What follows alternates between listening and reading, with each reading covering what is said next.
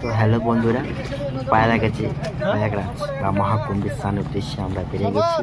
আর আমরা আসলে পাটা আপনার জোরে জোরে চলে যাচ্ছে মহাকুম্ভ, এবং আমি তো এত এক্সাইটমেন্ট ছিলাম যে কী বলবো, হয়ে যাচ্ছিলাম এত স্লিপ ছিল। আর যেহেতু কাদামাটি ছিল তো তাই আর কি।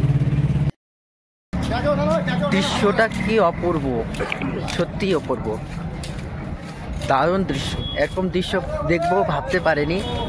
সেই দৃশ্য এত মানে মন ভরে যাবে। আপনারা যদি দেখেন না, আপনারা বলতে পারবেন না। সত্যি মহাকুম্ভে আসুন, আমি বারবার করে বলবো আপনারা এই কুম্ভেতে আসুন। আপনাদের দেখলে সত্যি বলছি আপনাদের মন ভরে যাবে। আমরা একটু লেট করেছি, কিন্তু আপনারা লেট করেন না, আসুন। লোক যা বলছে যে এটা তাই একদমই নয়, ভিড় সংখ্যাটা খুবই কম, ঠিক আছে? আপনারা আসুন।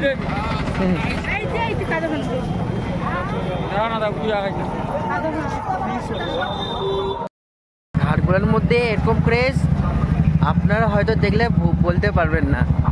সত্যি মন ভরে গেল, অপূর্ব দৃশ্য। চোখের সামনে গঙ্গা, যমুনা, সরস্বতীকে আমরা দেখছি।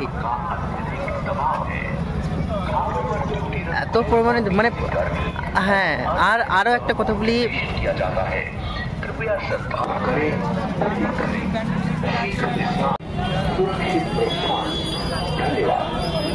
वाले रॉन्ग साइड चला रहे हो, तुम रॉन्ग साइड ले जा रहे हो, जाम लग रहा है। আমরা এখন সঙ্গম ঘাটে চলে এসেছি আর লোক দেখছি। গঙ্গা, যমুনা, সরস্বতীকে দেখে একদম মন ভরে গেল। Heavy heavy. দেখুন, আপনারা দেখুন, আপনারা যদি না দেখেন দেখুন, পিছনে দেখুন, পিছনে দৃশ্যটা দেখুন। সেই দৃশ্য, সেই হেভি দৃশ্য। আমার তো মন সার্থক। এখন খালি ডুবকি লাগানে সে বাস হয়ে যায়গা। সঙ্গম ঘাটে এতটাই ক্রেজ যে একদম ছাক্কা, এপার ওপার একদম মানে শেষ, কিচ্ছু নাই। কিছু নৌকা দেখা যাচ্ছে, দেখুন না সঙ্গম ঘাটে। সামনে যমুনা, এই পাশে গঙ্গা। আমরা এখন ডুবকি দেবো। আর এত লোকজন দেখো না, চান করবো। স্নান করার জন্য একদমই রেডি। ঠান্ডা জল, এই ঠান্ডার মধ্যে মানে পুণ্যাত্মা স্নান, যার জন্য এত দূরে আসা। জল দেখলাম, নামে দেখলাম ঠান্ডা প্রচুর। একটু ডুবকি দেওয়ার পরে দেখা যাক গরম, হেভি গরম। मैं भी तो लगा लिया आस्था की डुबकी। आप लोग भी आओ, मजा आएगा, आ जाओ। সঙ্গম ঘাটে এত ক্রেজ, এত ভিড় যে মানে এত ভিড় সঙ্গম স্থানে, মানে মেন জেন মেনটা।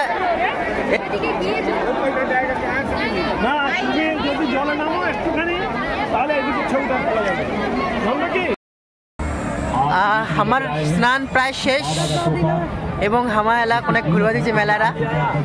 আর মেলার মোটামুটি ভালোই ফাঁকা, তোমার আসা পারে না, আসো সবাই। কোনো মানে এরকম নাই যে লোক টিভি যেটা দেখায়, যেটা যে খুব ভিড়, কোনো ইয়ে কিছু নাই। খুব আরামসে আসো, নো দিক্কত, কিচ্ছু দিক্কত অসুবিধা হবে না। একদম মেন সঙ্গমে স্নান করা যাবে, কোনো অসুবিধা নাই, ফাঁকা আছে।